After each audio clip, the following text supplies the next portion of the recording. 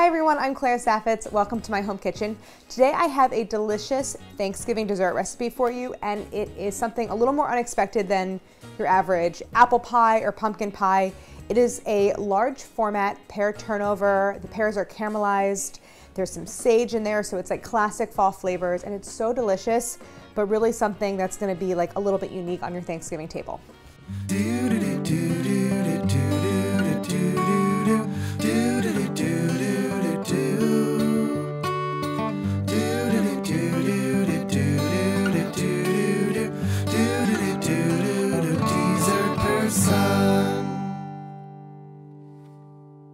Pears are amazing, and the texture of a baked pear is really incredible. They get like silky and translucent, and so I wanted to celebrate pears in this recipe. And so this is like a large format turnover, meaning it's kind of like a big tart with a top crust and a bottom crust. The ingredients are super straightforward, really sort of stuff that you would definitely already have in your house if you were cooking for Thanksgiving, besides just the pears. So I'm starting with 5 Bosc pears, some demerara sugar, you could use white sugar or brown sugar, heavy cream, a little bit of butter, an egg for egg wash, sage. Sage incorporates so well into sweet recipes, and so I caramelize it, a lemon for the zest, and a little salt. I have extra demerara sugar for sprinkling on top and extra sage leaves because I make the whole thing super pretty, and then just like a little extra flour for rolling out the dough. This is a turnover, so it's not formed in like any kind of specific pan. So all you need is a sheet tray. I have one behind me, which is some parchment paper.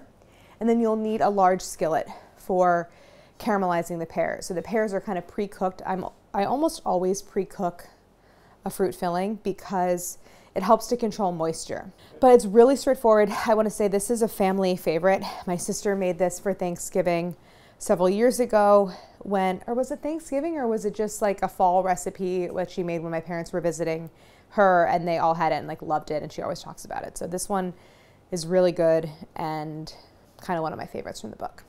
Before I get into the recipe, I want to thank our friends at Mill for sponsoring this episode. Mill is the maker of this truly incredible piece of kitchen equipment called the bin. The bin takes all of your food scraps and processes them into dehydrated food grounds.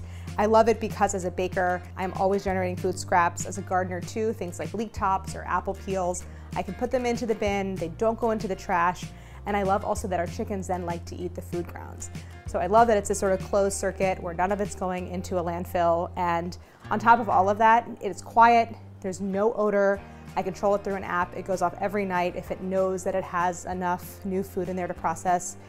It has just made our life feel so much easier, and also just like we feel better about ourselves and all of our cabinets in the kitchen. So thank you to Mill. To find out more about the bin, go to the link in the description below. And now back to the recipe. So the first step is to put together this kind of caramel mixture that you use to then caramelize the pears. And I'm gonna do the whole thing stovetop, but the recipe actually specifies that you mix everything together in the skillet and you transfer it to the oven, and then the mixture caramelizes in the oven. I'm gonna leave it on here to show you, but just know that there's a slight variation in how I'm gonna show you and then what's in the written recipe. But stovetop is fine, either way you wanna do it. So I'm gonna start by combining, I have my skillet on, and this is a medium skillet. I think the recipe calls for large. Either way, it works just fine. When you have a large skillet, just know that you have more surface area, so there's more evaporation, so things might cook a little faster or reduce faster. So I have a 1/4 cup of heavy cream. Hello. A 1/2 cup of demerara sugar. I'm gonna add, sorry, there's no hood on. I'm gonna add a little bit of water. That's 2 tablespoons, and then I'm gonna add my butter. So I'm gonna stir this together. I'm also gonna add a generous pinch of salt. And this is where at this stage you would transfer this to the oven and let the whole mixture caramelize in there, but I wanna show you how it's gonna look up here. So this is just gonna cook, and I'm gonna let it reduce. It's gonna darken and caramelize. And I wanna point out here, I have some sage sprigs. The recipe calls for like 2 big leafy sage sprigs, and that is gonna go into the caramel. And the idea is that the sage infuses the caramel with its kind of piney flavor, which is so great for fall and so perfect with pears. And it really does pair well with sweet recipes. And then I have some extra sprigs because I use it to decorate the top of the turnover. All right, so this is taking on a little bit of color. See how it's It has browned a little bit. It's getting that kind of nice deep caramel color. So this looks really good.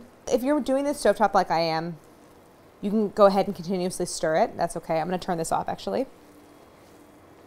If you're doing this in the oven, there's really even gentle heating from the oven. And so this sort of happens hands off, which is again why I kind of wrote it that way, to sort of make it easier for you. And then you can prep the pears while it's baking. But I just did this stovetop, which is faster. So it's kind of a trade-off. It's like, do you want to do it faster and be more hands-on, or do you want to like be more hands-off and just, you know, have the time to let it go? So now I'm going to turn it off and prep the pears. The recipe calls for firm but ripe pears. All right, so I'm going to start by peeling them. I also love the shape of Bosc pears. It's like they're so elegant, and I love how they kind of like gently taper, just like baking with these. So now I have my peeled pear. I'm going to cut it in half through the stem. Then I go in with the melon baller and take out that core, just like that. And then because I'm a little obsessive, I also slice out a really thin line where the stem runs through to the core, just like that, because I don't want to have to bite down on that. So those are my pear halves. These can go into my caramel. The whole thing's going to get cooked again, but I'm just going to throw those in. And then I'm going to do the same thing for the rest of the pears. So the next step is you're going to roast these pears in the caramel. So I'm going to just gently sort of turn the pears and get them coated in this caramel mixture. I'm also going to throw in the sage sprigs, and I'm going to get those nice and coated too. This is going to go into the oven, and they're going to roast until the pears have softened and released their juices, 20 to 30, and they're at 400. Now these are going to go into my bin, and I can feel great about not having any food waste from this recipe. About halfway through roasting, I turned the pears. I just sort of slid the skillet out and used a spatula to make sure they were nicely coated in the caramel. The pears have been in like 22, 23 minutes, and I think they're done. A great way to test fruit for doneness when you're going for that like tender but not mushy texture is a cake tester. Use a toothpick or the tip of a paring knife. Paring knife is not as good because sometimes if it's really sharp, it'll slide easily into like something that's not actually as tender as you want it to be. But I'm going to grab the skillet, and anytime you've baked a skillet, be really careful because the entire thing is hot, including the handle. And it's so easy to forget and just touch the handle. I burned myself one time really bad that way, like so many years ago, and I've never forgotten it. All right, so here is that. And one tip, leave the towel on the handle, because even if you touch it, you won't burn yourself. So in terms of doneness, what you're looking for is the tester to slide through the flesh easily. And this is like the perfect doneness. They're not mushy, but like not very much resistance. So here's the part of the recipe where there's a couple different like small little steps that you might need to do, and it mostly depends on your fruit and your caramel and your oven and all these different things. So what I want to first do is transfer the pears to a plate. Now be a little bit delicate because they're fragile. You just don't want to like cut into them basically. So these need to cool. What you don't want to ever do when you're working with pastry, a butter-based like flaky pastry, is add something hot to it. So I do not want to like fill the pastry with the hot roasted pears. So these need to cool off. At this point, you see how these sprigs are pretty wilted? These have given up their sage flavor, and I'm going to discard them. Now this caramel is nice and smooth, albeit a little bit liquid. If your caramel were grainy, meaning it's seized, it's so easy to fix. Stir in a little bit of water and it will just dissolve everything. So what I'm going to do next, and you do this no matter what, is I'm going to add my lemon zest. It's 2 teaspoons, so it's like a decent amount of lemon zest. You could do orange zest, would be super delicious and very appropriate, I think, for fall. So I'm going to reduce this. So let's get it back on the heat. Pause for music. It's like Harry Potter. This doesn't need to reduce a lot. You don't need to really cook this above like medium. So once this reduces a little bit, I'm just gonna scrape this over the pears. It smells so good. And this will just cool off and kind of hang out. Okay, so this has reduced and thickened. Do you see how when I drag the spatula through it, it like slowly fills in that gap? So I'm gonna scrape this mixture over my pears. I have really weak wrists, so I can't like turn it. I have to turn my body rather than turn the thing. All right, these look great. This is gonna be the filling for my pear turnover. I'm just gonna set this aside. And if you want to speed up that cooling process, you can throw it in the fridge. So I think I probably will do that. Now I'm ready to roll out my pastry. Again, I've already made the pie dough, so it's chilled overnight. And the first thing I want to do before I grab it is beat my egg for egg wash. Okay. So you want to beat the egg until there's no streaks, and I have a pastry brush here because that's going to help me with assembly and also brushing the whole surface of the tart. So I'm going to start with my first piece of pastry. So this is a long and skinny turnover. You could make, as far as freeform tarts go, you could do something round, but I like the rectangularity, that's a word, of this one. And I'll show you how I arrange the pears, where I basically like line them up side by side in kind of a row. It makes it easy to portion. I think it looks cool. It's just nice to have like something that feels like akin to a pie or a tart that's not round. Now, because I'm going for a rectangle, I'm only beating it in one direction, which is lengthwise, rather than like rotating it and beating the other way. I'm turning it over also because all of that pressure on it can tend to make one side stick, and I don't want any sticking to the surface. Okay. So now I'm at a place where I can start to just roll. So I'm going for something that is long enough to fit all the pears kind of lined up in 2 rows, but and also wide enough to accommodate them just in terms of width. Okay, so this looks good. So I'm going to get this onto my sheet tray. You can fold it in half to lift it, or you can roll it onto your rolling pin. And obviously I don't have like nice straight edges. I mean, they're straight-ish, but I'm going to trim them at the end. So I'm going to throw this, it's pretty soft just from rolling out. I'm going to throw it actually into the freezer, I think, and then I'm going to check on the pears. And if the pears are cold, I'll let this chill for a couple minutes, and then I'll pull both out and show you how to assemble and arrange the pears. So now I'm ready to start to assemble the tart. I'm going to place my pears on the bottom pastry. Then, just to prevent that from warming up, because again, it's kind of hot in here, I'll stick it back in the fridge while I roll out the second piece of pastry, and then we assemble and put together. It's going to be really pretty. Okay, let me grab the sheet tray, and I'm going to roll this up onto my rolling pin for easy transfer. So now what I want to do, I have that beaten egg. I'm going to make a border of egg wash close to the pears.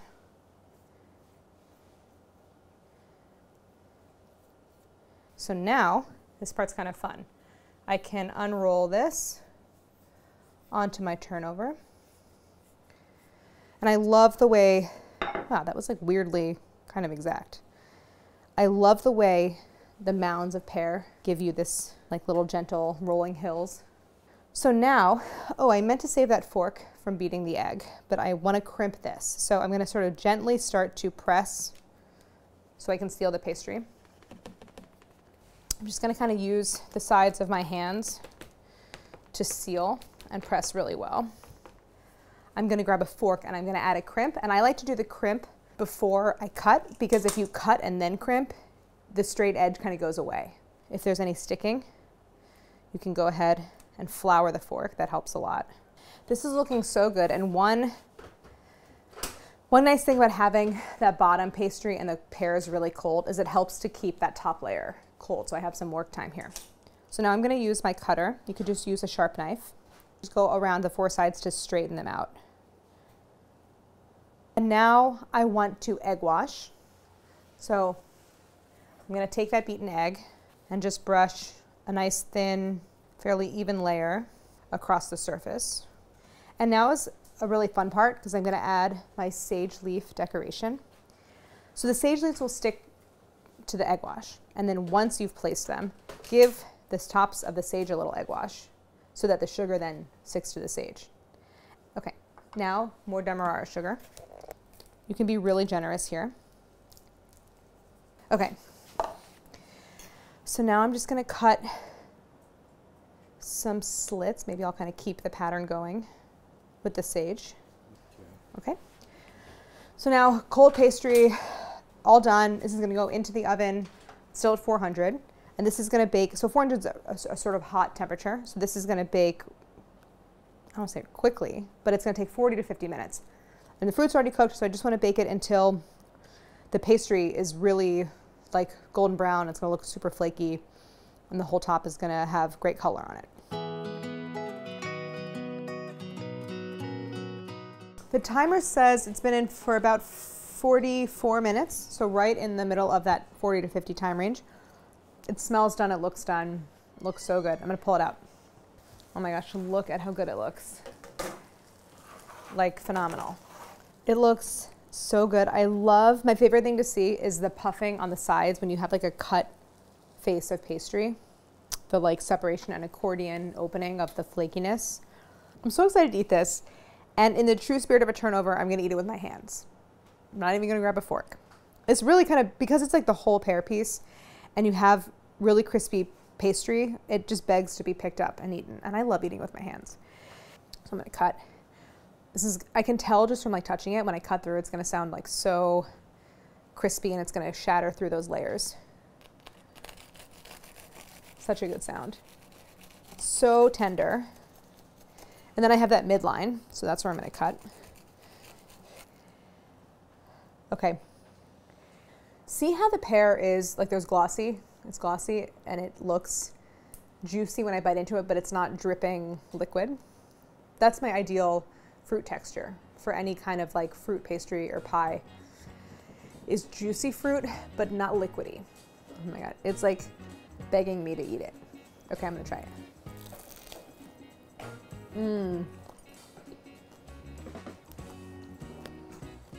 It really is so luxurious to bite into that big piece of fruit and have it be so yielding and tender. Consider pear as a baking fruit. They bake so beautifully, the texture transforms. And I just think that this is the thing that you serve at your Thanksgiving. It will be requested year after year because it's that good and it's like extra special. The sage is so kind of unexpected but goes so well. So it's, I think it's like you try it and then you're like, oh, I don't want to eat anything other than this. I want to wish everyone a happy Thanksgiving and happy holidays. The holiday season is when even people who don't cook.